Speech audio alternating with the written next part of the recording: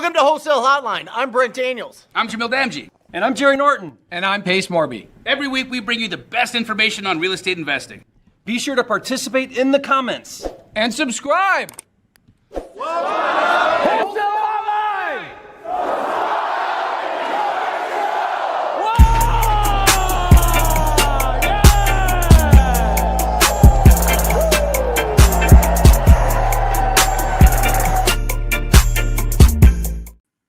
Welcome back to Wholesale Hotline number 286. My name is Brent Daniels, Mr. TTP, Mr. Talk to People, and I am here with a flipping genius. You know him, you love him. He has the most exotic and extensive hat collection you'll ever see. It is, of course, my man, Jerry Norton. How are you, bud? Doing awesome. How are you, Brent? Awesome. So you've got a bunch of projects going on. You've got a lot of irons in the fire right now of actual deals that you're developing, wholesaling, flipping, all those type of things. So walk me through, Jerry. I think people would be interested to know kind of what it looks like from your like your perspective and your like daily schedule. How does that look? Because you are in Tennessee and these deals are all over the country. So how does that happen, and how do you trust people enough to get things done to where you don't have to micromanage them? Great question. I mean, I'm still feel like I'm trying to figure that out every single day, but you know, that's the point, I think, is you try to figure out how to stay out of the weeds and stay up at the high levels. And you know, sometimes I'm great at it. Sometimes I get sucked down in the weeds. And so it's just a constant battle now, but you have to be always focusing on staying up out of the day-to-day operations as a business leader, as a entrepreneur, because the business will take everything. It will suck everything. Your team, your resources, in my case, students, everybody, employees, they all want your attention. And so I have to be constantly intentional and strategic about that. Like I have to say no to a lot of meetings. I have to question a lot of things. I have to tell team members, no, you got to be on that meeting, or I'm not going to be on that meeting. You know, you got to empower people. You have to take risk with people. I mean, I'm like anybody. I have turnover and I have people work out. Some people don't work out. And, but if you're not constantly trying to stay in the owner's box and making a very intentional effort to do so, then you never will. And you'll always stay down in the weeds, and you'll never develop and scale and grow if you're in the weeds, you know? So you have to learn to say no a lot to things, right? Yep. And so is it just, are you just really good at finding talent over the years? You know, because if you don't have, you know, certain people that, you know, batteries come included, so to speak, right? You don't have to get them excited. You don't have to lead them in that sense. They're going to do the work anyway. They enjoy the work. They enjoy success. They're winners, right? They just naturally want to win. How do you find those people, and how do you make sure that they're making enough to where it's worth it to work with you as opposed to just doing it themselves? Because I think that's the slippery slope in real estate, right? Mm-hmm. We bring somebody on, we show them everything that's going on, and they're like, oh, okay, well, I guess I'll just start my own company. Yeah, I mean, that's always a fear. And you know, I worry about that a little bit, but not as much as most people do. Most people fear that if I bring on really good talent, they'll learn the ropes and they'll leave me high and dry and they'll go do it themselves. And certainly that happens, and that can be the case. But, and if that does happen, you know, I can't really fault that. You know, like if someone wants to go on and do their own thing, I mean, I want to do my own thing, and high skill people might want to go do their own thing. And so I sort of endorse it. Like if you're ever wanting to go out on your own, come sit down and talk to me. Let me help you, you know, replace whatever you're doing within my organization. Don't leave me hanging, you know, but help me train the next guy. But if you want to go out, you know, all the power to you. How can I support you? How can I be a partner with you in that, or do business with you that way, or whatever it might be? So I think if you embrace that, it becomes less of I don't really create competition if you kind of embrace and endorse that some people might want to stretch out and go further than you have to offer them. Having said that though, Brent, you know, I think a lot of people that are high talent people, they want to be in an organization where they have unlimited ability. Like there's no ceiling on what they can do, but yet Yep. there's still some really good guardrails. They don't have to worry about some of the things like accounting or lead gen or whatever it might be. And they just want to rock and roll. And so you have to create sort of that opportunity for them and help them catch that vision. So I call it vision casting. You know, I'm constantly vision casting with my team and my high skill talent. Like, I've got to sit down with them often and say, you know, this is where we're going. This is the vision we have. And you can be on this train and you can help us get there. And it's going to be amazing. And here's why I think it is. And I feel like, you know, the high skilled people, they sort of see that. They don't need convinced. If I feel like I'm convincing people to be excited about what we're doing, they're probably not the right person, because really skilled people, they don't need you to motivate them. They bring the passion. They're passionate from the get-go. They just need a really good model to jump into, and they're off to the races is kind of what I've found. Yeah, I agree. You know, I've had the same crew. I've had Jeremy, Jackie, Ryan, Chad, and now Joshua. Joshua's just about at his 2-year mark, but I've had the other 4 since 2020. So this is 5 years. And now Jeremy, who sold a lot of my properties and has just done a great job. He wants to do something for himself. He just wants, he wants to see, he's like a creative guy. You know what I mean? And he's had the last couple of years, he's been talking about it and kind of not warning me about it, but just being open about it. And I think that that's what, like, people that are really committed to your business, they're going to let you know. There's going to be signs typically that you know, they want to try something out, or they want to investigate some other path in life. And I think that that's really, really, really beneficial if you are leaving that door open for them to have those honest conversations. If you're trying to, like, you know, push people to work for you, and that's the nuance, right, Jerry? It's the work for you, not with you type of thing. Now, with you is a little bit nuanced because, Jerry, you're not out there swinging a hammer anymore. You're not out there, you know, laying tile. You're not out there doing these things. Neither am I. So yeah, there are people that are doing the job out there and answering the calls and going on the appointments and pre-qualifying and all that. But I think if you build a really nice culture, people want to stay there. And if you pay them more than anybody else to do this job, they're going to stay around for a long time. Yeah, Right? It's interesting. One of the things, like when I'm interviewing somebody or considering somebody, is I always look at their attitude about what they were doing. And that tells me a lot about somebody. I just met over the weekend somebody in a sales position. And I said, what was it like, you know, with your previous this and that? And it was, you know, a 10-minute full-on launch about how they didn't appreciate him and this and that, and they're this. And so it was a lot of negative complaining about the previous, you know, employer. And more than likely, if they're complaining a lot about where they just came from, they're going to complain a lot with you too. They're just complainers. Yep. And I have no room on my team. And, you know, there isn't this constant, like, we need to have these team meetings and rah everybody. I don't have a corporate office. We don't get everybody together. There's no water cooler conversations. If you've got drama happening at home, you better leave it at home and show up to work, because we just don't have a place for it. There's no environment for it, and it just doesn't fit. So, like, I don't do high drama. You know what I mean? Everyone does their job. Everyone works hard, and everyone gets paid well. But you got to, like, bring that to with me, because I just don't have any room for it. You know? Yeah, I heard Hermosi say that complaining is the lowest form of agency, right? And if you, I like that. And I've really played into that, and I've mentioned this before on the show, but agency is huge. Agency raising kids, agency with the people in your team, agency with yourself, right? That's the control that you have, right? Yeah. That you understand that nobody else is to blame for the circumstances or whatever. It is all on you. That's the agency. But the beautiful thing is, everything that you accomplish is part of, because of the actions that you're taking. You know what I mean? Are where you get to have pride in that.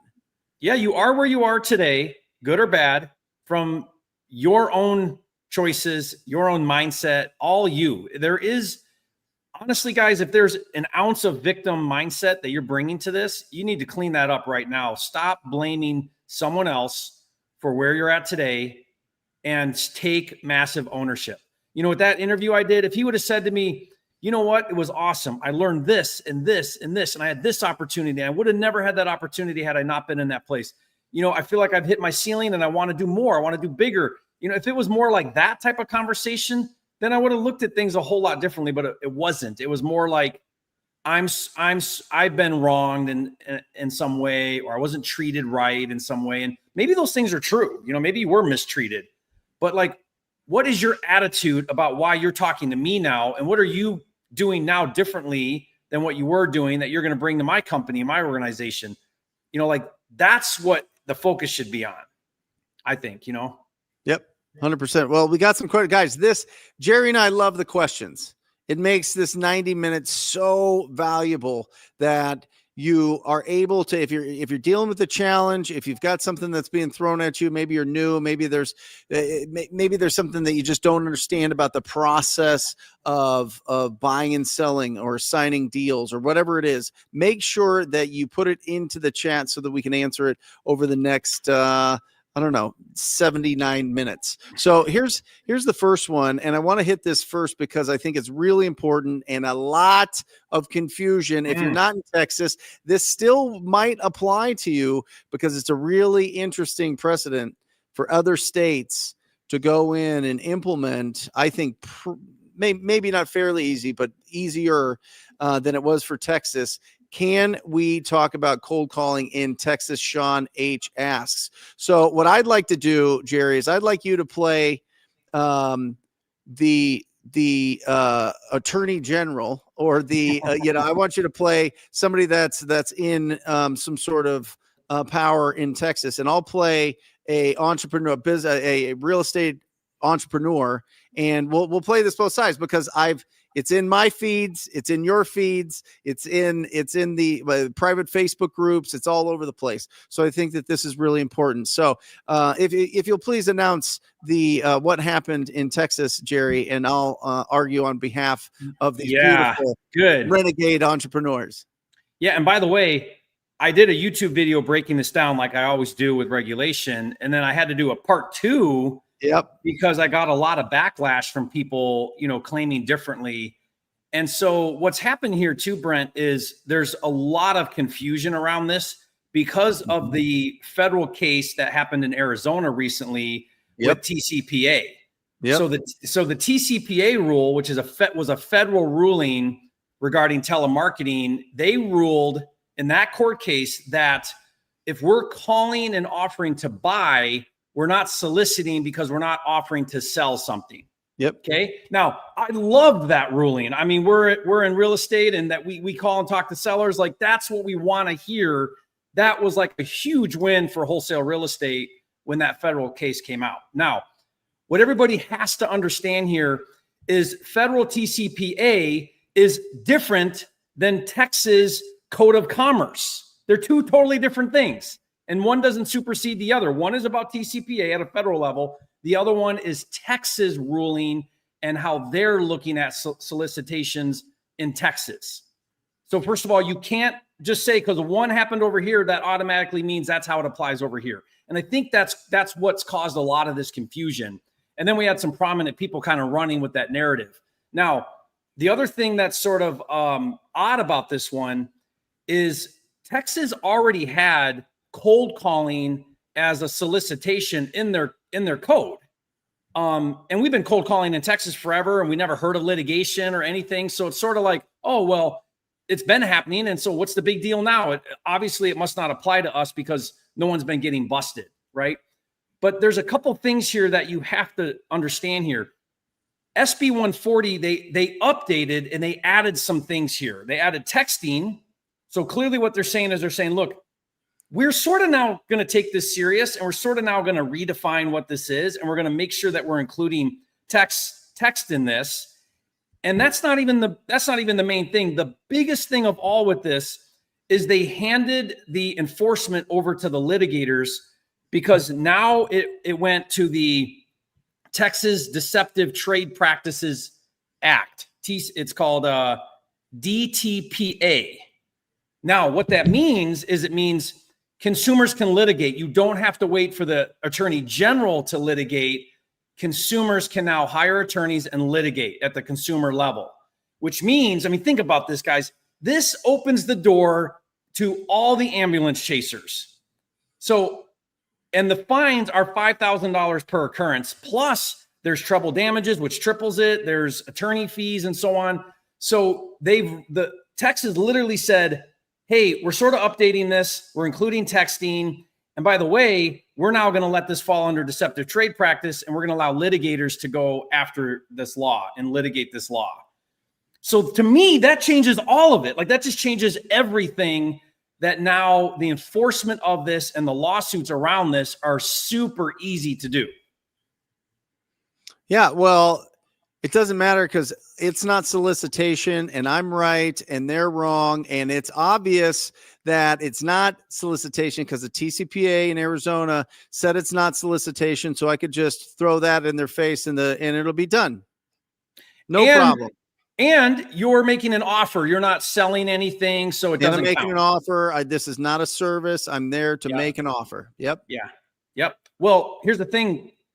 It does not carve out wholesalers or real estate investors or real estate agents. It doesn't say if you randomly call somebody and you're offering something to buy, to sell, whatever, it doesn't say, oh, well, in that case, you're carved out. You're allowed to call and offer to buy property. That's a carve out. It doesn't have that. Nowhere does it have that. So when people say, oh, well, I'm offering to buy something, I'm not offering to sell something, I know that sounds great.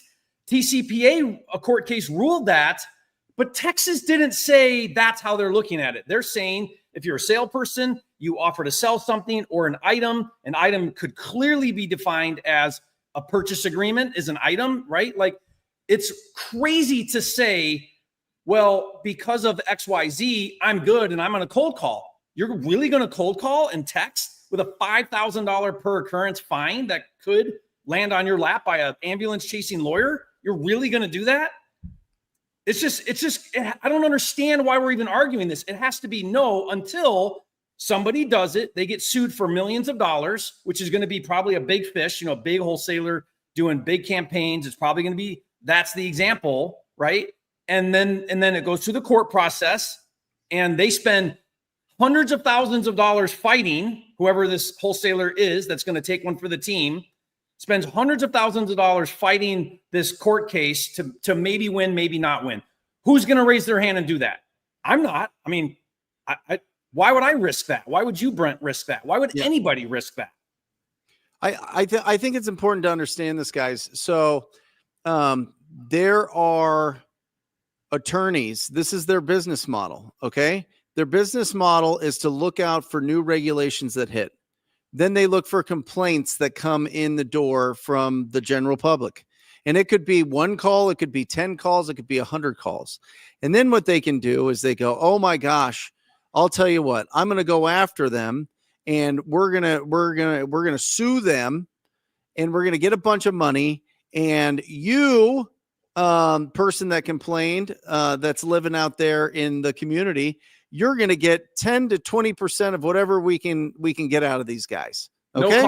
No cost for you. No cost for you. You don't even have to pay me up front. I'm going to just file this paperwork, boom, send it in. We're going to go and we're going to squeeze them and we're going to squeeze them as aggressively as possible. So they settle. Guys, it doesn't matter if you're in the right here. You have to understand this. If you are in the right, you are still going to, on average, Jerry, $30,000. That's what it's going to cost you for an attorney. Okay. And that's if you fight it out for the next 18 months and you don't settle ever. Now, you never know what's going to happen if there is some settlement there, but that's 18 months of this hanging over your head, sapping up some of your attention. And oh, by the way, if you continue to keep doing it, get in line. There's going to be more and more and more lawsuits, guys. 60% increase in these type of lawsuits. I'm sorry, 160% increase in these type of lawsuits over the last few years. 60% in all lawsuits in general, guys. When the economy shrinks, when inflation goes bananas, when all of the COVID money gets out there and all of that, and everything's pulled back, this is where the attorneys go to work. This is their time. And what they do, This Brent, is is their time. they actually run ads and they advertise to homeowners that aren't paying attention to what these laws are. They don't know. And they're running ads saying, are you getting unsolicited calls? We can win you hundreds of thousands of dollars. Bro, Hire us. you could go And into now- Facebook. You Yeah. could go to Facebook right now. There's hundreds of thousands of people in private Facebook groups teaching everybody how to do this. Yeah. There are attorneys that set up Facebook groups that are like, are you getting spam calls? Yeah. I am telling you, it is everywhere. I'm the TTP guy. You know what I mean? I'm the pick up the phone and be proactive and go after it. My suggestion, if you're in Texas, call real estate agents, make offers on listed properties, get some inbound leads, whether it's from direct mail or whether it's Facebook ads or something else. But I'm just telling you, if you haven't caught a lawsuit, you're gonna have to deposit 10 to 20,000 right away with an attorney to start defending you. Just to and defend it goes, I mean, my last $300 to $1,000 an hour or more. You know, my last lawsuit I was in, my attorney, Brent, you know what I'm talking about because I've talked to you about it. $25,000 retainer before they'll even do one thing. You know, $25,000 retainer. And you better believe when you pay a $25,000 retainer for a lawyer, they're going to spend every dime of that before you're done. Yeah. Right.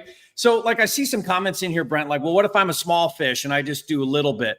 You know, the way this works typically is they're going to send you a demand threat letter. And what they typically do is they'll say, pay us $5,000 and we'll go away. Right. Yep. Now, if you're a big fish, they may try to go all the way and see if they can get money out of you. But it's mostly settling is what these lawyers try to do. They threaten you and they want you to settle for whatever. And they're just collecting fees. Yeah. It's a shakedown. It is a stone cold shakedown, guys. And you're just putting yourself you're throwing your hat into the arena if you're going to continue to cold call. They're obviously telling you, hey, listen, there's nuance here, but we don't want you calling people in Texas. That's what they're saying. I don't know if it's because of the real estate industry. I don't know if it's because of realtors. I don't know if it's because of wholesalers. I don't know if it's because of other industries. I don't know what it is, but guys, just listen to people that have gone through this and understand the model has changed. Can you go out and risk it? Absolutely. Can you go out there and say, I don't care, I know that I'm right? Great. Go for it. I highly suggest you don't.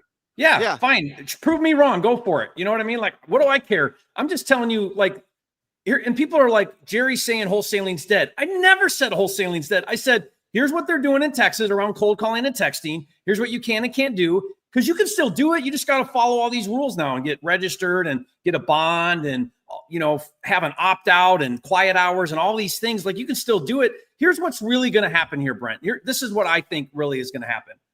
When you eliminate cold calling out of the wholesale real estate model, you've just taken away a very low-cost form of lead gen. You've taken that away. That's all you've done. You've taken it away. You've made it harder. You've created more friction into the industry. What do you think, though, the players are going to do? What do you think the real businesses are going to do? They're going to adapt. They're going to move to inbound marketing. They're going to get registered and follow all the rules. It's actually a win if you're willing to step up and invest more into the business. If you're looking for the cheapest form of marketing and you want to keep cold calling and you're willing to risk fines and lawsuits, go ahead. I don't care. Go ahead and keep cold calling and texting in Texas. But don't be surprised when lawyers are educating consumers about this law and all they got to do is pass you on to that lawyer and that lawyer's on you. And now you're defending yourself or paying fines or settlements, right? Like, that's it. That's the end of that. To me, that's the end. Why are we even having this conversation? If you think it's okay, the smart thing would be, I'm going to wait. I'm going to let somebody get sued and create case law. Then I'll have case law to back me and precedents around it. And then I'll go forward.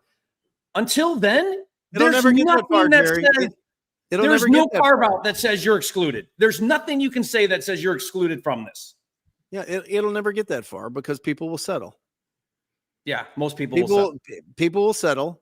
You'll spend 30 grand on an attorney. You'll settle so it doesn't you don't have to keep spending money on the attorney. And the other attorneys, by the way, are on their own clock. Nobody's paying them. They're doing it themselves. They could drag it out forever and ever and ever and ever.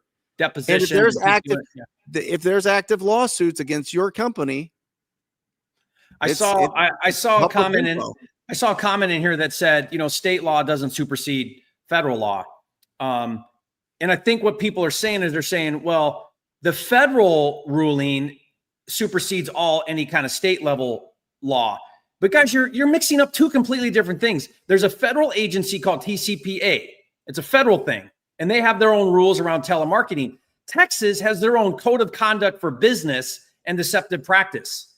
So one doesn't supersede the other. They're two totally different things. And you can't override the Texas law with a state federal agency, right? That's going to apply at the federal level with the TCPA. It doesn't mean, though, that Texas can't have their own law around what they call solicitations and how they enforce it. Listen, that's just how that works. They don't care.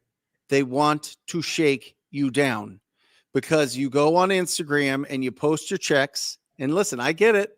I was there. I was, you go out there and you talk, or you do interviews, or you do podcasts, or you do these other things, and you talk about how much you make.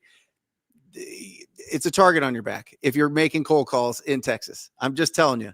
I am just telling you. They will find a way to try to squeeze you. And you can be 100% right. And you can fight them and you can potentially win. I don't know.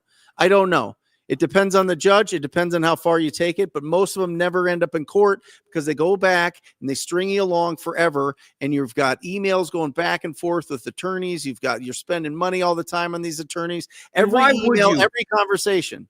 Brent, if someone's willing, let's say that I was willing to, and I'm like, no, I want to prove this right because I love cold calling so much that I'm going to invest several $100,000 and sue Texas that maybe I'll win, maybe I won't, so that I can continue to cold call? No. Why would I do that? Why wouldn't I just move to inbound marketing or something else that's going to keep me from hundreds of thousands in legal fees and years in court? Like who would do that? Yep. It makes absolutely no sense to me. And you know what's interesting, Brent, is like I put this stuff out, this week, and I put some content out of it. I can't tell you how many comments I've gotten that are like, here's a comment I got, and this is indicative of what's going on out there. I had a guy say, good. I am so sick of wholesalers calling me about a rental I bought 30 days ago. So what's happening there? It's an absentee owner on TropWire or on a list, and that person's getting hammered with calls. Now think about homeowners getting the same exact thing over and over and over again. Do you think they care? Do you think this law is supposed to be like, oh, well, you're bombarding me with calls, but since you're offering to buy, not offering to sell, I guess that's not a solicitation and I'm not bothered by it. No, they're bothered by it and they're offended by it and they're creating laws around this. Like they're just cracking down on it and it makes sense. Now that Arizona case, I don't know that guy. Apparently Pace does. And they have super deep pockets and they were willing to spend, hundreds of thousands, whatever they were able to willing to spend to I don't know. But is anybody else willing to do that? Well, so and now, but now it's, this is Texas saying, hey, knock it off. Yeah. That's what they're saying. They're saying, knock it off. Stop making calls and trying to, what the way that it's broken down. I get it. If you're trying to get investment or if you're trying to sell something or all that stuff, those guys, the attorneys don't care, guys. They don't care. They're going to. And I would look at this. If you're in Texas and you wholesale in Texas, I would look at this not as like a negative thing. They're ruining it. Poor me. I would look at it like this is a massive opportunity now. Huge. Go get registered and follow the rules, and you can still cold call. Now you have way less competition. Just follow the rules. It's extra friction. I get it. But now you get to stand above the rest or move over to inbound marketing. You have less competition. Do you know how much better inbound marketing is going to work now in Texas? Like you're going to kill it with inbound marketing because all the cold calling is going to go away. You know what I mean? Or door knocking or these other approaches that aren't solicitations. You're going to do so much better. And ultimately the sellers are the ones that suffer because there's less competition, which means you're going to buy deeper. Sellers are going to get less for their house. It doesn't help the seller. None of this helps the seller. It empowers the investor. It empowers the real, well-capitalized, high-functioning, real business owners that are in wholesale real estate. Hurts the brand new guy that doesn't have a budget. Hurts that guy, which sucks. I get it. That sucks. But like now that just means step it up in Texas. That's all. And kill it. Steve makes a great point. Isn't it interesting, Jerry, that they put laws around phone prospecting, except political. when it comes to political ads and fundraising? Isn't that wild? Yeah, they don't have to follow it at all. Isn't that crazy? No. Well, the same with bandit signs, right? Yeah. Same with bandit signs. Interesting. Yeah, So, guys, that's our rant. We'll let you deal with. I mean, we'll let you, talk to an attorney, talk to the people that in Texas, see what's going on. But I would, if you're balling out in Texas and you built it all from cold calling, and you think it's because, I got this call center somewhere, it doesn't matter. Oh, I've got this layer of layer. It doesn't matter. No, because you're the benefactor. So it doesn't matter if it's an agency or whatever. It's going to come back onto you because you're the one that's getting the benefit from the call. And I see Matthew Pryor's comment there, trying to hurt the wholesaler. Guys, remember, this was not a wholesaling law. This is a business solicitation.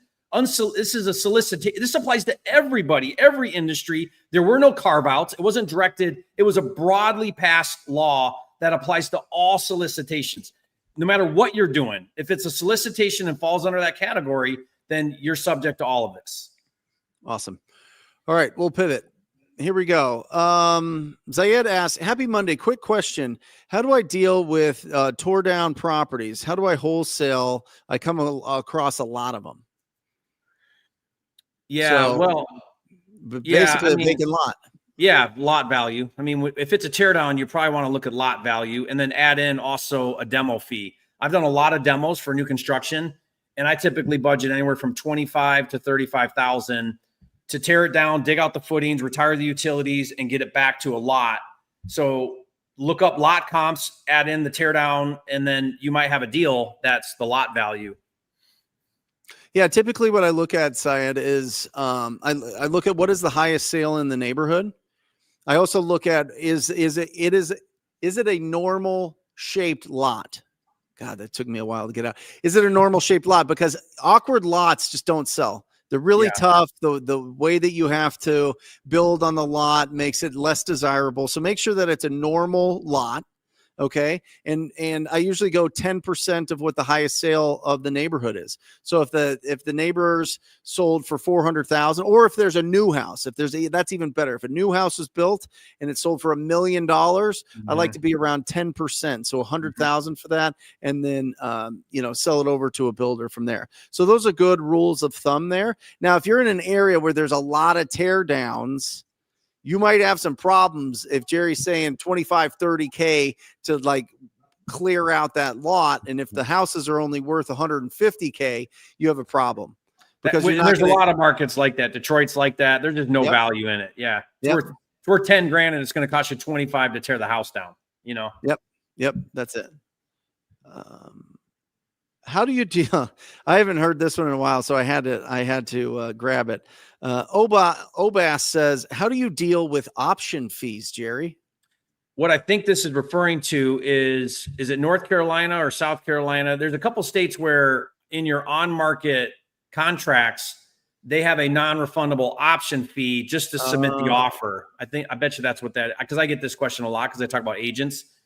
And usually it's like $150, and it's not an inspection. It's not a earnest money deposit. They call it an option fee. And again, it's usually pretty low and you don't get it back. And so like my response is always feel really good about your offer. Because if you're going to put $150 up that you might not get back, you better feel good about the deal or be willing to lose your $150. I don't know what else to tell you. If it's required by the agent on the contract and they don't waive it, your only options are pay it or don't pay it. I don't know that's the only thing you can do. Pay it or not pay it. See if they'll take it out. Now, if you ask the agent to take that out, you're communicating that you have very little confidence in your ability to perform because you're not willing to pledge the $150 that they want. Yep. So the option fee is how is it different than earnest? Usually there's the option fee and there's earnest money, but the earnest money is contingent upon it's refundable depending on contingencies. Got it. Whereas the option fee is not. Got it. So you have to pay $100 just to get the contract. Just to be able to write the offer and submit it. Yeah. And option fee in Texas is $100 that Mason Lopez says. Interesting. And that's also in North Carolina. Why was that? Why do they have that? Just to keep looky-loos? Well, I mean, they're trying offers? for this very reason. You're like, I don't know if I'm going to make an offer now because I got to pay $150. It sort of legitimizes offers because you got to be somewhat serious to make the offer. Now from a seller's perspective, it's kind of a great idea. Like, you know what I mean? Like, imagine you're the seller. How many, I'm a seller all the time. You know how many crap offers I get that waste my time? Yep. Would you ever touch a $20 to $40 million flip, Jerry? Someday, you got to work up to that. That's not just something you do, Would you do that in residential? I mean, your buyer is going to be a worldwide buyer, and that's pretty high risk. I don't think so. The way I look at it, here's how I look at it. If I'm going to do luxury, there needs to be a market for it. So that's why I moved to Phoenix, because I wanted to branch out of the $1 million price point. And back in when I moved to Phoenix was 2018, in Scottsdale, there was a very strong $3 million, $4 million, $3 to $5 million market, meaning there's a lot of second home buyers paying $3 to $5 million. There's comps, there's neighborhoods, it's going on. It's not like an isolated thing. If you're trying to sell a $20 to $40 million home, you're probably a super rare exception to the market. It's not like you got 20 comps that are going to justify a $40 million sale, right? So now what are you doing? You're really taking a huge risk that you're going to find that buyer, So it's I don't know. It's a pretty tough model to do well at. Yep. Declaration home buyers. I got a probate lead that is having a house showing with all the investors that has called him. Is it worth going to? Thoughts? A probate lead that's having a house showing with all the investors that have. I mean, yeah, he's just doing an open house for his cash buyers. No, I think it's the I think it's the whoever inherited the house is having all the investors come over to highest and best them. I mean, dude, you're going to network with other people. You're going to meet other investors. I'd be talking to everybody there. And then, like anything, figure out your number, make your offer, and see where you land. I mean, yeah, you got to do that very thing 10 times a day, and you're doing deals every week. Yeah. Yeah. Listen, people will do business. People will take less on a property if they trust you more. And that's an interesting, and to really build real concrete trust. I always find that meeting them, face to face and in person, you just get so much more with body language. Now, if they're the type, hey, everybody come over, I'm not going to talk to any of you guys, stay away from me, blah, blah, blah, blah. Great. Go chat it up with your buddies. Go chat it up with the other guys making offers. Who cares? Who cares on who gets this deal? It's a conveyor belt of opportunities out there. There's never going to be a shortage of ugly houses that need complete renovation. So if you put your best foot forward, and have fun with it. See if you can crack the uncrackable seller and see if they'll smile and laugh with you and talk to you. Maybe they won't. Maybe they're going to be standoffish, but see what you can do. I would go to that. Honestly, I would go to that just to network with the other investors. And if you end up getting the deal, bonus, but you're going to be at an open house with other investors. What a great place to meet cool people. Yep. Leonardo Reyes, great name. For people getting out of high school, what marketing startup would you recommend for wholesale? Well, whether you're getting out of high school or you're, 75, it's all about your marketing budget and what you're able to do. In the beginning, we do what we're able to do more than what we want to do. When I first started, I would have loved to do, TV, radio, billboards, and but I just couldn't. So I had restrictions. If you're getting out of high school, you need to be doing free and really low cost marketing strategies to get some traction, get some transactions, get some money coming in, and then reinvest and grow into, the higher intent, better lead marketing. And again, that's kind of everybody. So I kind of feel like, honestly, if you're getting out of high school, maybe the best thing to do would be join a team that's already established and doing well, learn the ropes, get in a commission position, do that kind of thing. Yeah, I love this breakdown, Brent. Yeah, listen, when you're starting out, if you're, there's different tiers to your marketing budget, but if you're between that 0 and 2,000, it's hustle season. It's getting out there. It's building relationships. It's posting every single day to your Facebook and Instagram stories. I buy houses. Send me your deals. It is making the calls to the ugly houses. It is talking to real estate agents. It's making offers on properties that are driving for dollars. All of those things. It's pulling lists from propwire.com. Yeah. It's going after those properties that need significant investment, right? And so that's what you're doing. But I was in this position for a long time. I stayed at that bottom level for years, guys, years and years and years, because I wanted to keep all of the profits, because I had a ton of debt to get out of. And I was so worried of losing it again that I was just like, oh my gosh, I got to keep it all and keep it all and keep it all. It's the most profitable area that you're ever going to be, is that first step from an ROI standpoint. But as you start getting up, then all of a sudden people start calling you to buy their house.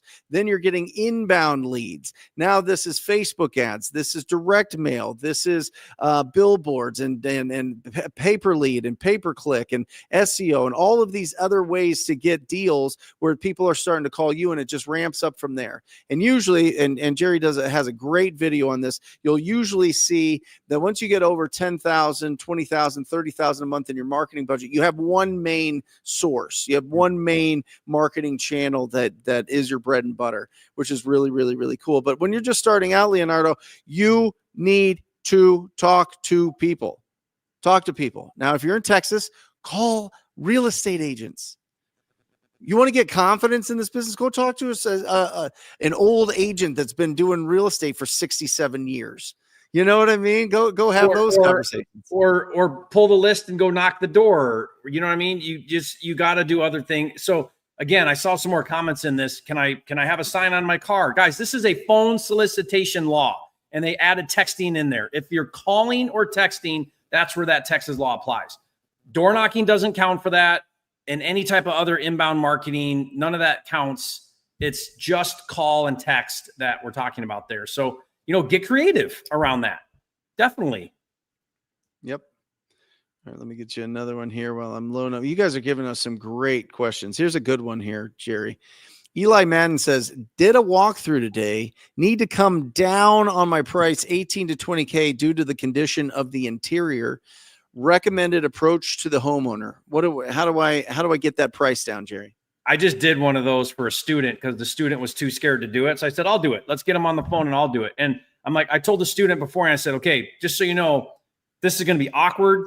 It's going to be uncomfortable. They're going to be upset, and we're going to do it anyway. You know what I mean? And yeah. I did it, and it was awkward and uncomfortable, and it sucked, and they were mad, but they came down and we got the deal and did a $12,500 assignment. Right. So no one likes to be in that position. The worst thing you can do is have to renegotiate with a seller or agent. It sucks. It just sucks. Do the extra work to go in at a good number so you don't have to do that.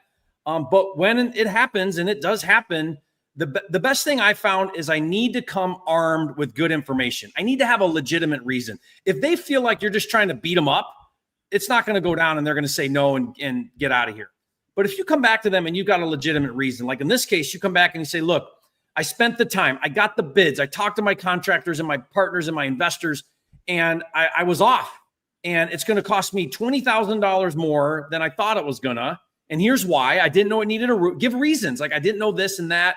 And look, I'm really sorry. I would still like to buy. I can still perform on the contract on time. If you're willing to amend the price down 20 grand, you know what? I'll do this. I'll go hard on earnest money. I'll increase it. Give them something. I always try to give them something.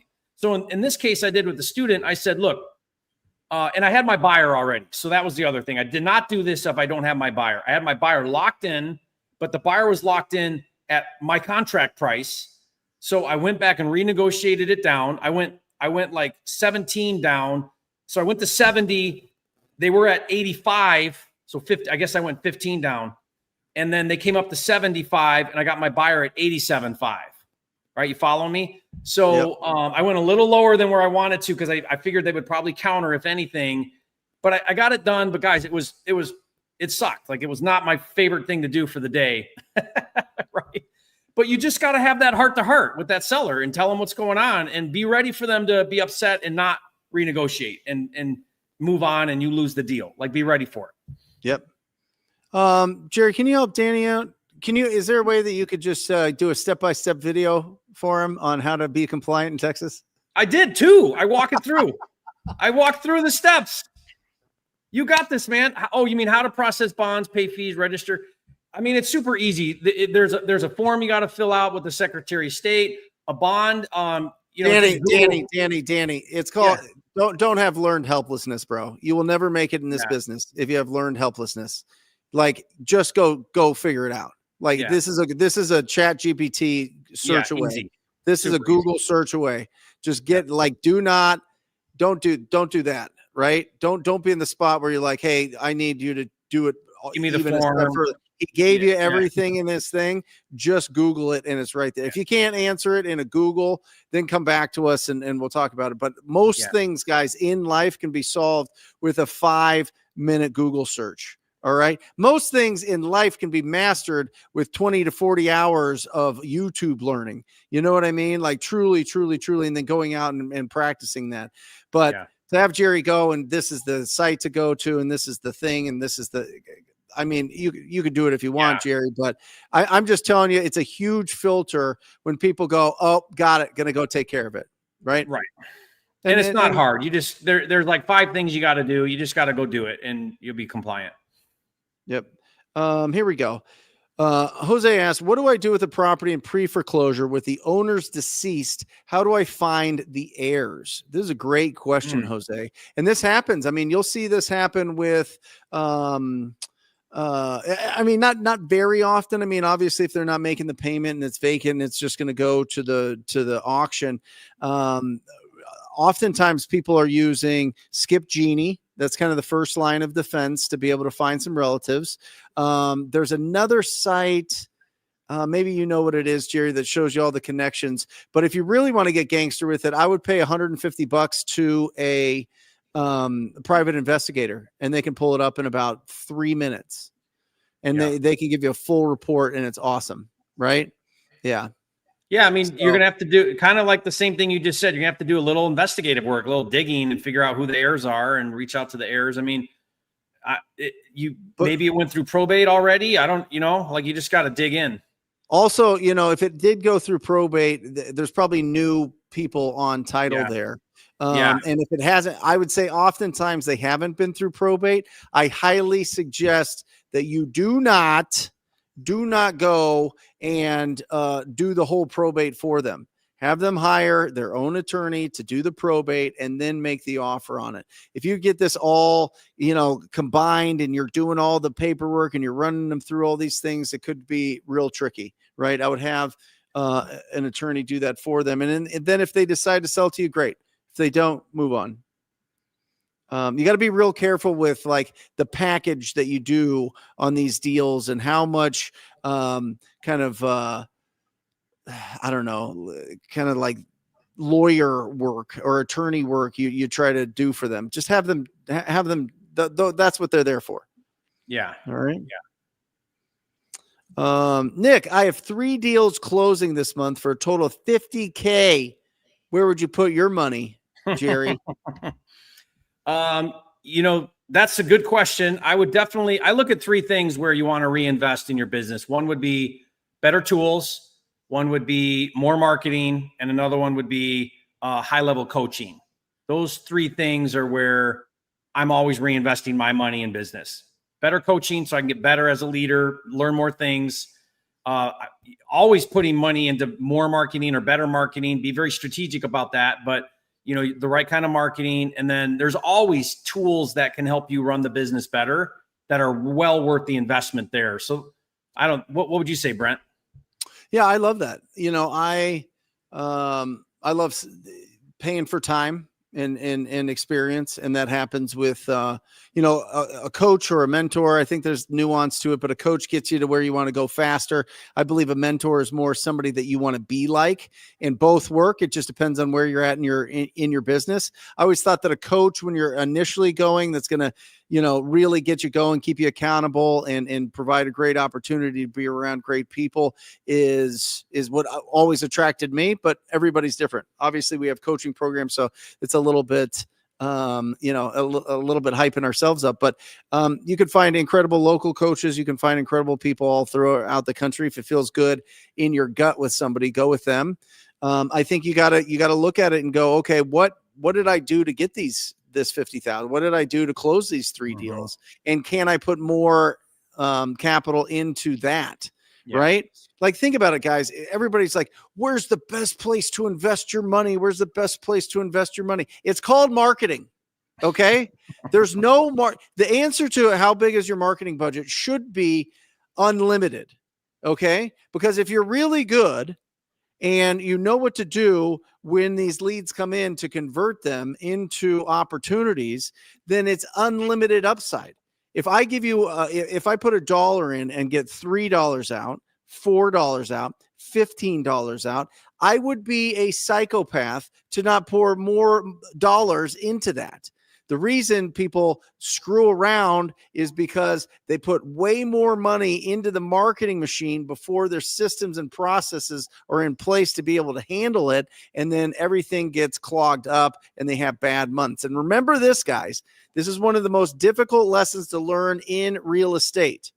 Number one is 70% of your income is going to happen in 6 months.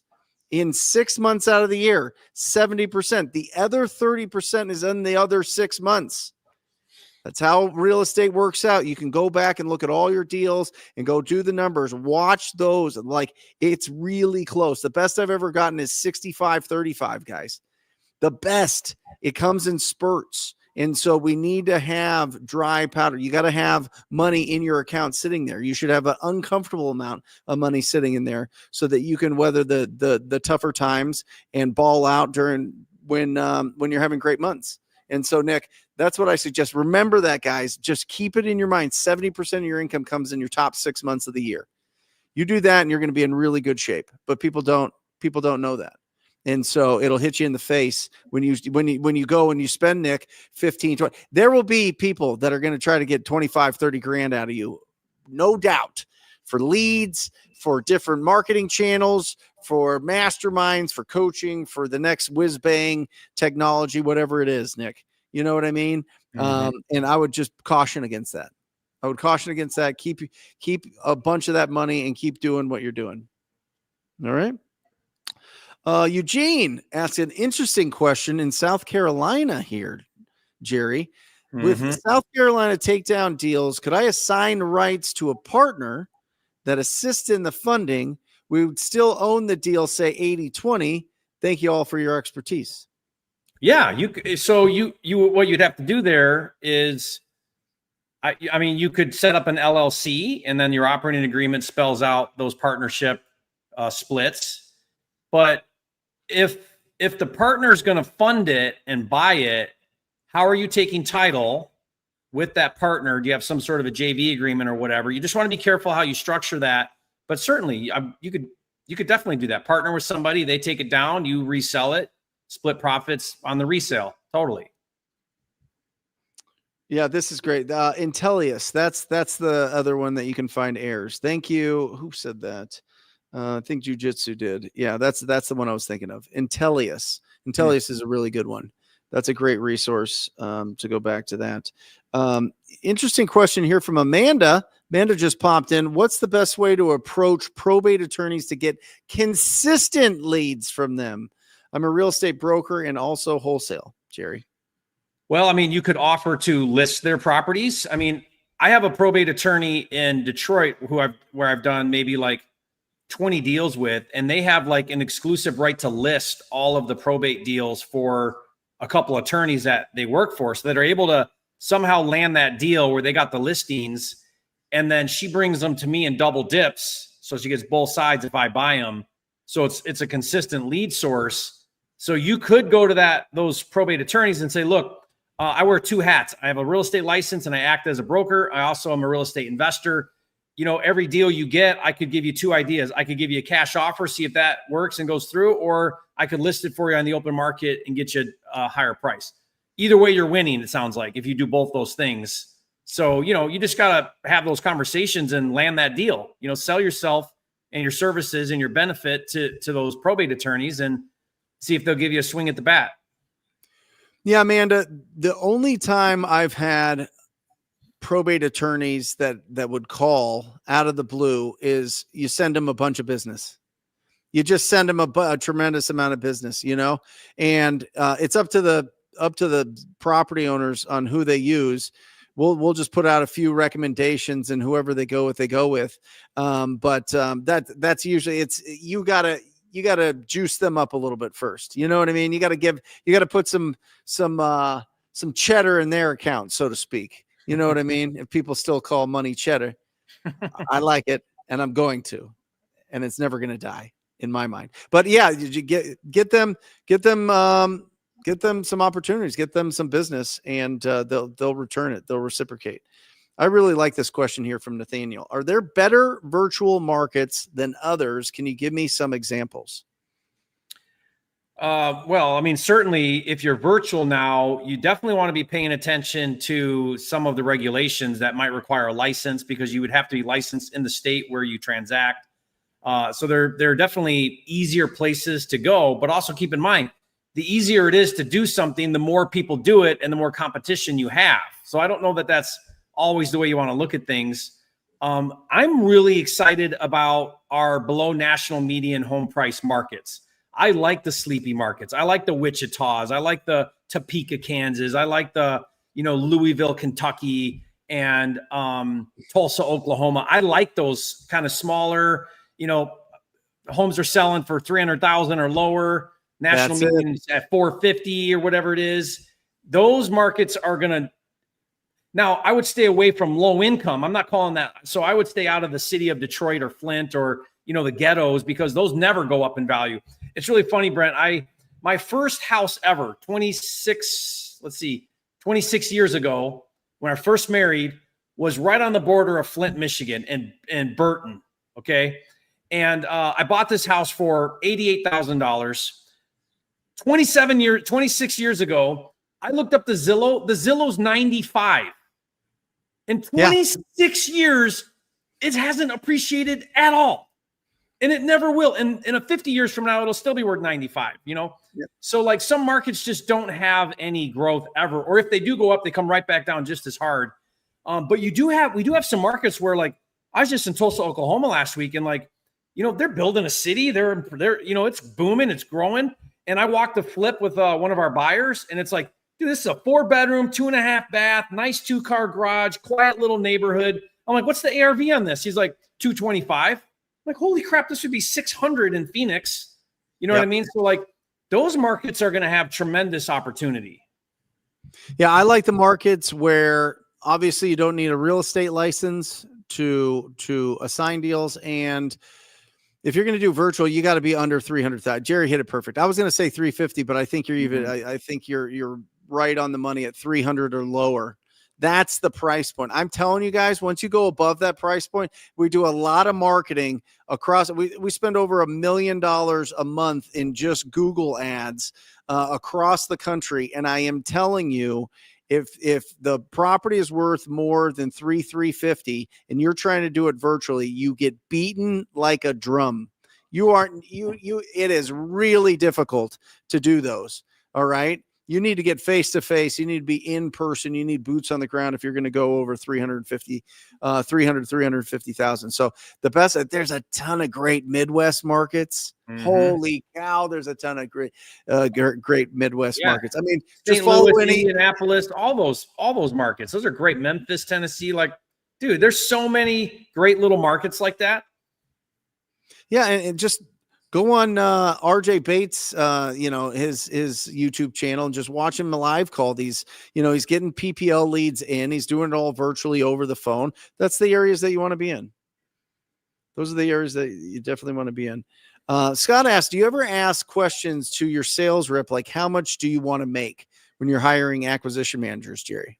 Oh, all the time. Like, tell me where you want to be and let me show you a path to get there. You know, I found that like with high powered people, especially commission sales people, if I can show them how to make 200 to 250 a year and show them a clear path to get there, man, that's gold right there. Like, they're going to be excited about working for you. So yeah, I love that. You know, and if they tell me 50 grand a year, I'm like, yeah, you're thinking way too small. You know, like, so I think that's fine. Yeah, you almost don't even need to ask them because they tell you what their current. Here's the key to it, Scott. Only hire people that already have jobs. All right. If you're hiring an out of work salesperson, that will be the worst mistake that you make in your business. Because you're only out of business because you don't want to work. You're not working because you don't want to work. You know. That's it. If you're a salesperson and you haven't been in a job, you know, listen, maybe a company goes under or something and you've been there a while. There's a little nuance, but not much. If you don't have a job and you're a salesperson, you're not very good at that job. You're not. That's it, right? I mean, I think that Brent, about any job. If you don't have a job, it's because you don't want to work. Yeah. Plain and simple. You don't want to work. And how to know if a lot is a good deal. I made my first offer today, but nervous. It wasn't a good offer. Well, I mean, like anything, you want to comp it against other similar lots in the area, you know, follow some of those rules right there. You know, I like to look, is there activity here? Who's buying these lots? You know, you have different kinds of lots. You have infill lots that are in high growth areas. Those are going to be great for spec investors. I do that. I like that model. You have recreational lots where people like to buy on the outskirts and, you know, RV there or ride their four-wheeler there, whatever. They're like for entertainment. You have that happening. And then you have the land bankers, I call them, or like the outskirts. Like, hey, I'm going to buy this 20-acre parcel because someday Walmart's going to come into town and I'll sell it for millions. And so they just park their money there, you know, and all of those are opportunities. It's just, where do you want to focus on? And are you able to look at the land deal, the subject property, and know what to look for? See, my favorite type of land deals are where you're going to build a house and sell it. So I like high activity markets. It's easy. Do a search for new construction in the past 2 years. Is there a bunch of sales? Are there stuff active? Is stuff selling? If there is, then that means there's investors buying infill lots. An infill lot is basically just a lot in an existing area that someone could buy and, you know, get plans and build a house up on it and sell it. Right. So like, I like infill lots. I think that's a great strategy because it's easy to get your head around it in the right market. You can understand the value. You can find a buyer for it. You know, like that's a great way to do land. Yeah. And Joel asked, so what's the talk about land lately? Heard there are huge profits in doing land deals, whether dispo or acquisitions. What's more popular, infill or raw? Definitely infill. I mean, the price points are much higher. Now, what I will tell you is this: raw land in the middle of nowhere, you can get absolutely for free. People will literally give you these empty lots in the middle of nowhere if you pay the back taxes. All right. You can get certain resources. I don't know if you have it on PropWire, We do. the tax default, vacant land tax default in the middle of nowhere. Send them a letter. And there's a ton of different ones that you can download online that that'll tell you what to send and what to say to these people. But essentially, you're trying to make an offer on their vacant land. They're not paying property taxes on it, and you would be shocked if they just give you the land or say, "Hey, listen, you give me a little bit for this, $1,000, $2,000." It depends, right? And you could go and sell it and make a couple $100. It's not a huge profits on those, but it is an exciting business. Yeah. I'll tell you what, Jerry, we sent out in like 2018, I don't know, a couple thousand letters. The response rate on those letters is like nothing else you've ever sent out in real estate. Oh yeah. It is banana. Absolutely banana. What's this? Get paid $8,700 to find vacant lot for you? Yeah, we have a lot program. Now, these are infill lots, but we'll buy those lots and pay you. It's a finder program that we have. I've had it for a long time. But and when you go to that, you'll register for training, but we'll teach you like these are the type of infill lots we're looking for. They need to be in areas where they're building. And there's a formula that we follow and all of that. So if you guys are really into land, if you're in my land program, I could be a buyer for you on specific types of lot deals. But I think land's great. You know what's great about land too right now, Brent, like with all this regulation, is it doesn't apply to land. This is just a consumer thing. All of it is. So any of these laws around wholesaling don't apply to vacant land. So, really? You know, it's just residential and commercial? Residential, not even commercial. Yeah. Awesome. Well, there you go. Yeah, really interesting. So I just had, by the way, guys, the templates for the letters for buying raw land out there, you can download them anywhere. Google it, go on YouTube after this and go check it out. You can get that for sure. I had a realtor decline my offer solely because it stated my LLC and or a sign on it. Deal wasn't big enough to double close. Is there a workaround that and or a sign lingo? Yeah. So here's my take on this. If your contract does not have a no assignment clause, that contract is assignable. All contracts are assignable unless stated otherwise. So you don't need and or assigned on your contract unless you're trying to supersede some other language in there that says you can't. And even then you would have to address wherever it says that. So like when you put and or assigned, you're red flagging sellers and agents that you're a wholesaler. And why are you unnecessarily doing that? So you don't need to have that in there. Now, I'm not saying don't disclose what you're doing. Definitely be transparent and disclose, but people are trying to put that in there. And the reason why that's in there is in the event that you change your LLC to another one, we use it so that we can assign our contracts to other entities, right? So like get clear on what you're doing there. And if you need that, and more importantly, like, why is this an issue? What is the agent? Does the agent not want you doing a wholesale, or like, why is this a problem? It shouldn't even be a problem, but why is it? And what did you do to create that problem? You should have set better expectations with that agent about what you're doing also, right? With this.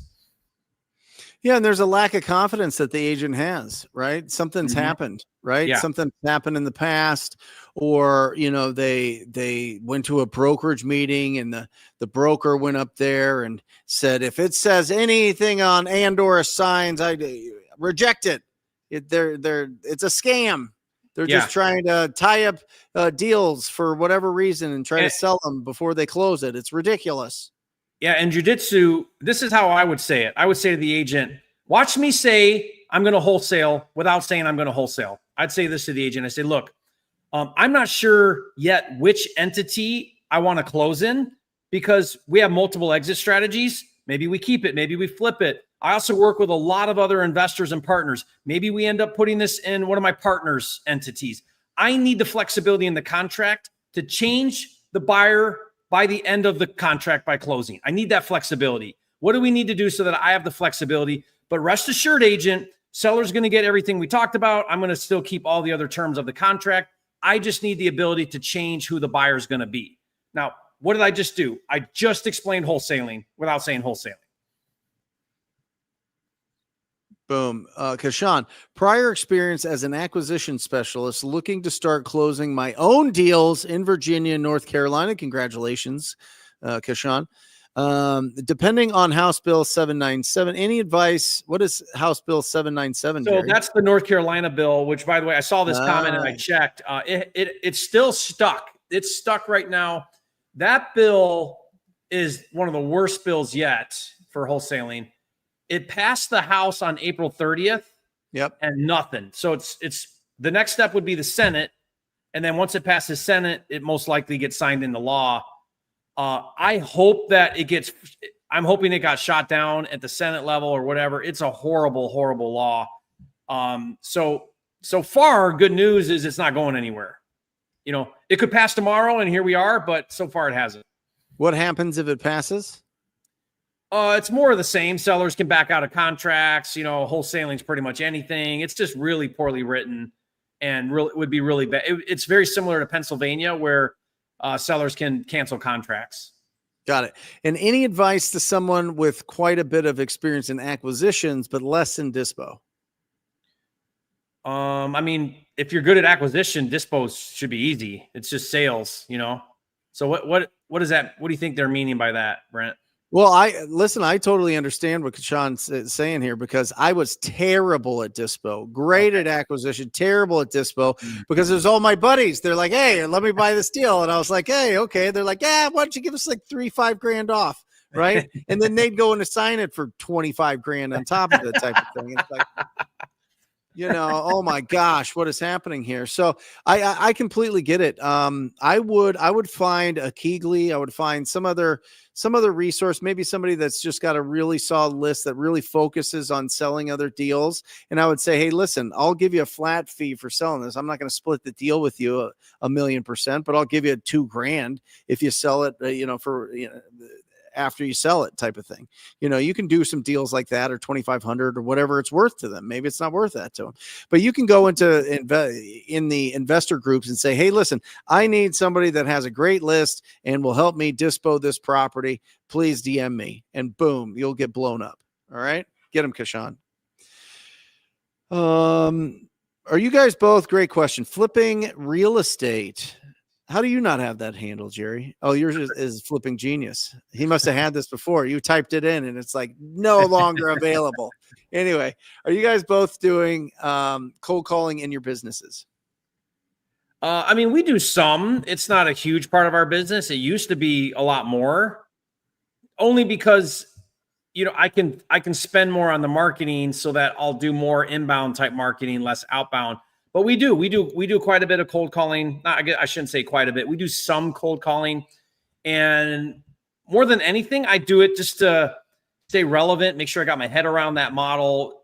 So we throw some at it, but it's not a huge part of our business. But if you're looking for that low cost model to generate leads, cold calling can be an awesome business model in those early phases, like Brent explained, because It's very low cost. It's very inexpensive. Now, I am a very big advocate that you, the wholesaler, don't do the cold calling, because you can easily outsource that to an agency for very inexpensive. Like, it doesn't cost that much to get a cold caller to do those calls. And now you're just taking the warm leads they generate. That's a better use of time. But, I know a lot of wholesalers, Brent, that they're on the phones calling the list. And I'm thinking to myself, that's $6 an hour work you're doing, dude. Like, surely you can figure out how to get some budget to get a caller for you, and you'll just grow so much faster. Yep. Yeah. I'm not, we did it for years and decided to move it all. So the issue that we had flipping real estate is not the issue we had in flipping real estate. That's the person's name, if you're just listening to this on the podcast. Was the timeline. It's usually 90 to 120 days before that deal gets closed. When I was putting money in, and I still am putting it into pay-per-click, Google ads, we get that back in 28 days. And so the way less amount of leads and way higher quality. And they're reaching out to us because it's an intent-based lead, which is really, and bigger really, assignment really fees. They're just great deals. Just absolutely phenomenal deals. So my team was just getting burnt out of going through all these leads and having to do, 70 leads of lead follow-up to do one deal, as opposed to, 10 to 15 leads with pay-per-click. So we have a cold call guy on our team, Brent, and I'm not kidding. He nurtures these leads for 4 to 6 months. It feels like. Yep. Oh yeah. And then he brings them. He doesn't bring them until they're literally ready to sign. So they're great when we finally get them. But my deal with him is like, I don't want to hear about it. I don't want to know about it. Don't bring it to me unless you've nurtured them along to they're ready to sign. We'll meet, we'll sign, but not until then. And so when we finally get one to the table, he's literally nurtured it for 4 to 6 months. Oh, for sure. Yeah, it's months and months and months. Lotte Stone Consultants says ARV on this deal $435, Jerry. Renovation 100,000. First time I read this, I was like, oh, it's in Reno. That's what I thought too. Right. So renovation 100,000. Trying to put 80K in the owner's pocket. They have 120K left on the mortgage. Okay, so that's 200,000. So he's making an offer of 200,000. It needs 100,000. ARV's 435. Trying to figure out the best exit strategy. Corrective criticism, welcome, please and thank you. I mean, you're okay. So like, here's how I'm looking at it. You know, if you want to be at a 70% ARV, which is could be right, could be wrong, but that's industry standard. So let's just follow the rules. 435 at 70% puts you at 3 or 4 minus 100 on reno, puts a buyer at around 200. So a buyer would like to be around 200. Maybe they'll be at 210, maybe 190, but call it 200. You gotta back out their mortgage of 120. That leaves 84 net without closing costs, commissions, or a wholesale fee. So if you're trying to put 80 in the owner's pocket, you could get that done, but you're gonna be real tight. And there's no, so I don't know if you're wholesaling that or if you're buying it for yourself or whatever. But a flipper would probably buy that for around 200 if it needs 100 in work. Yeah, and listen, flip it. Flip it. Would you do any kind of anything creative here, Jerry, with $100,000 worth No, of work? I mean, you could try, I guess. And what you'd have to do is sub to the 120, bring them 80 in cash and blah, blah, blah. But like, I don't know, that oftentimes that's more of a headache than anything else. This is an interesting question. Dowdrick asks, how would you close a pre-foreclosure on sub 2 strategy when they think it's fraud and illegal and or what they want to unrealistically keep their home? Unrealistically keep their home. I mean, sounds when like someone a thinks, horrible lead. yeah, exactly. That's what I was going to say. When someone thinks what you're telling them is fraud and illegal, I don't know what you're going to say to convince them otherwise. You know, you can try, but like, that's usually not a very motivated lead. Yeah. Sometimes you just got to let them see what happens. You know what I mean? Right. Like do a loan modification if they can, you know what I mean? See if the bank will work with them. Though that's 90% of pre-foreclosures, by the way, 90%. And listen, Jerry, I heard today that Attorney General in Arizona, the president, or I don't know if it's president, whoever runs the commissioner, the real estate commissioner, and somebody else, some other protection agency is really, really, really going to crack down on anybody going after pre-foreclosures in Arizona. They really, really, really think that it is a protected class. And and you know it, Jerry, there's the scammers here that they go, hey, we'll help you out with this pre-foreclosure, and then they sneak in the deed and steal people's houses.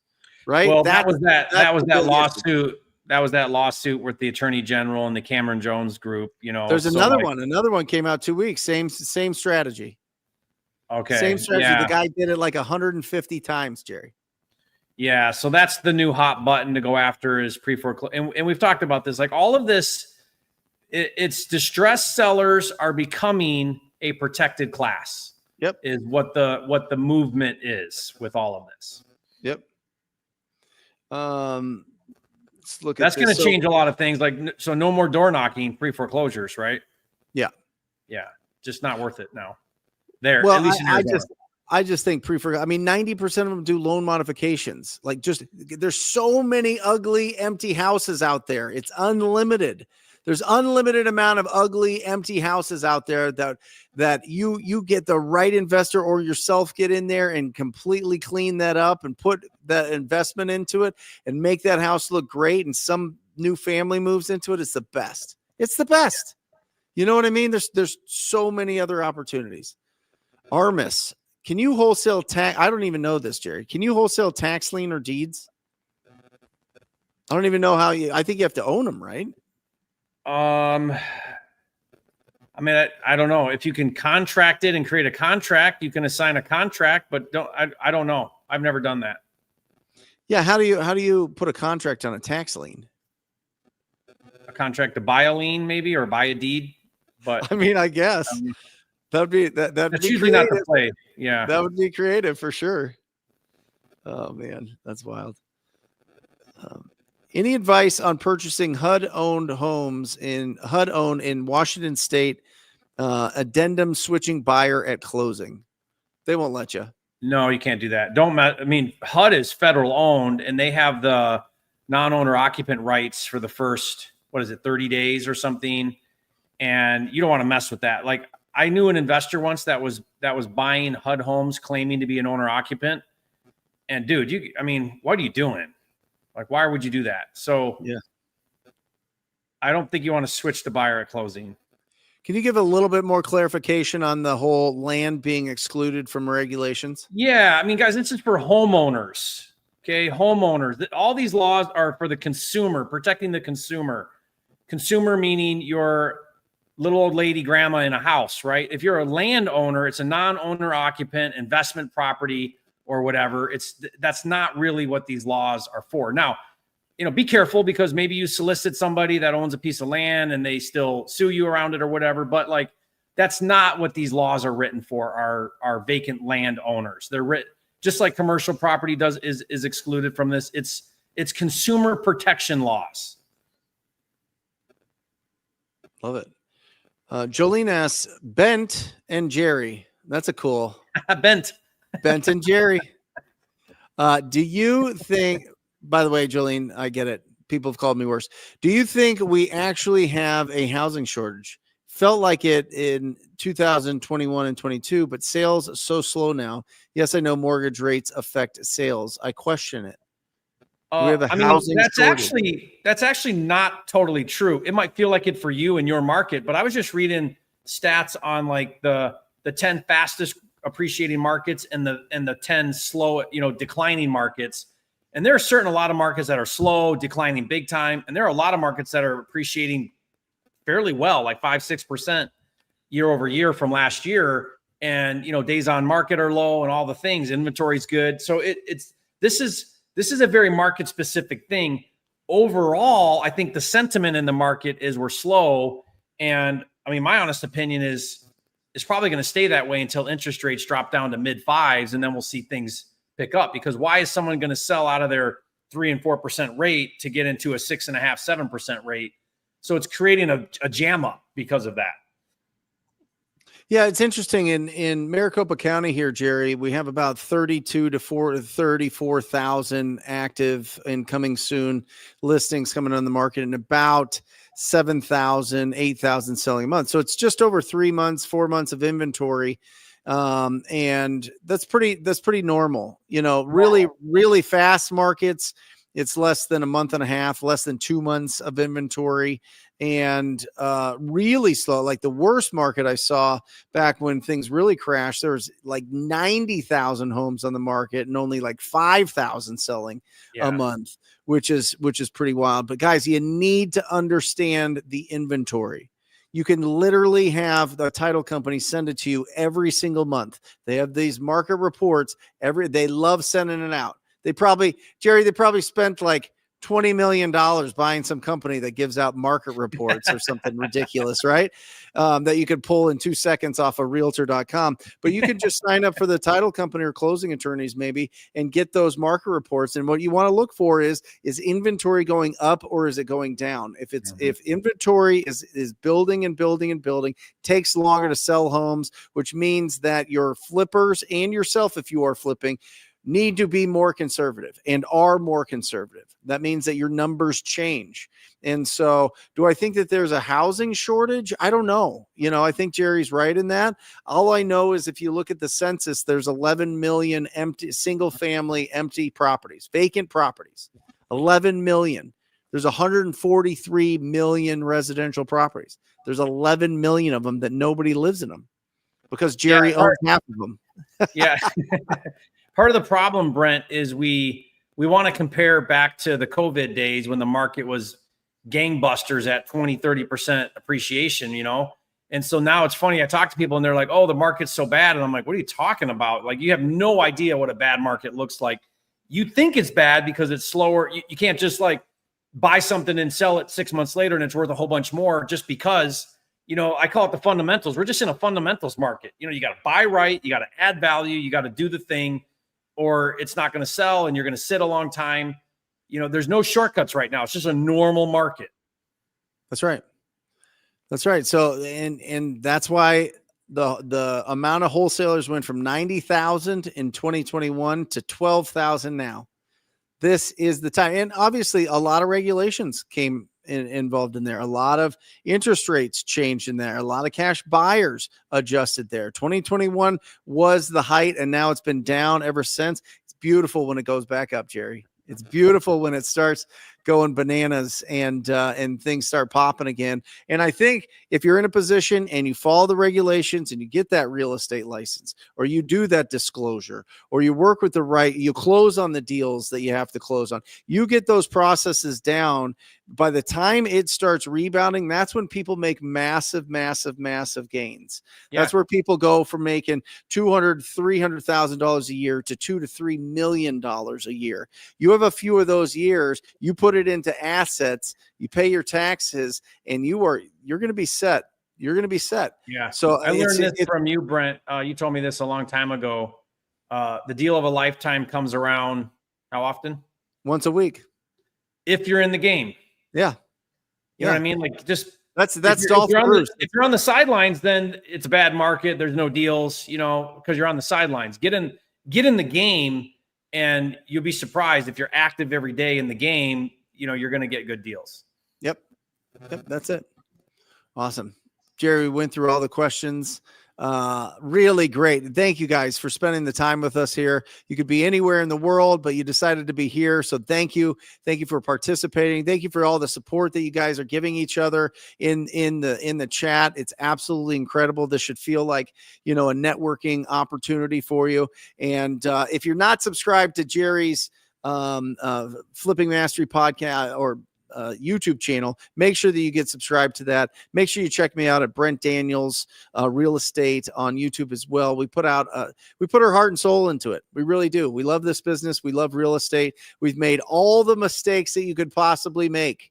We have made them all. We have paid all the stupid tax for you. So we implore you to go check it out and get the right instruction that you need. And if you're interested in joining some of the communities or some of the coaching or courses or whatever else, Jerry's got a tremendous amount of them. I've got some at Wholesaling Inc. Jerry, you've got it at flippingmastery.com. Mm-hmm. Yep. Awesome. Guys, definitely check that out. That's it. Jerry, anything new and exciting going on this week with you? I'm pretty excited. Have you heard the name Steve Cook?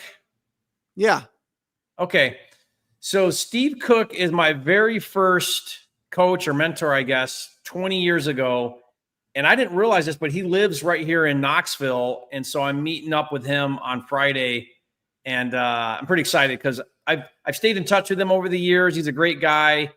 But we're gonna go film some stuff. I'm gonna meet with him. He's doing deals here too, like all kinds of stuff. So I'm pretty excited to kind of catch up with him. But that's this week. Other than that, just keeping at it, grinding away at the business.